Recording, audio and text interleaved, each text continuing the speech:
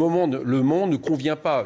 Le président de la République va intervenir alors même que constitutionnellement, il ne peut même pas entendre les présidents de groupe qui vont lui répondre. Donc à quoi ça sert? À quoi sert cet apparat qui coûte en plus 600 000 € au moment où la Cour des comptes nous dit qu'il faut nous serrer la ceinture, si ce n'est justement à imposer l'image d'un monarque, l'image d'un pharaon qui s'installe et qui nous dit que le pouvoir c'est lui et rien que lui.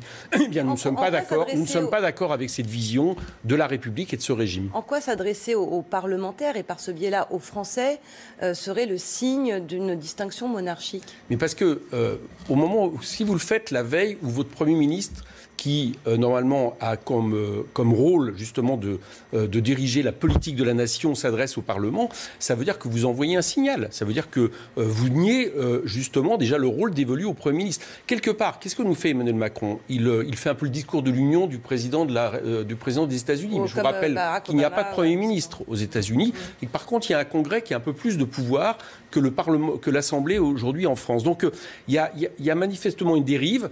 Pour nous, c'était une manière de dire trop c'est trop. C'est pas la peine en plus d'aller à l'Assemblée, il va même pas nous entendre, qui coûte très cher. Et nous avons préféré effectivement appeler, pendant que la Cour sera convoquée à Versailles, eh bien nous appelons le peuple ce soir à 18 h à République pour signaler que nous ne sommes pas d'accord avec cette évolution du régime.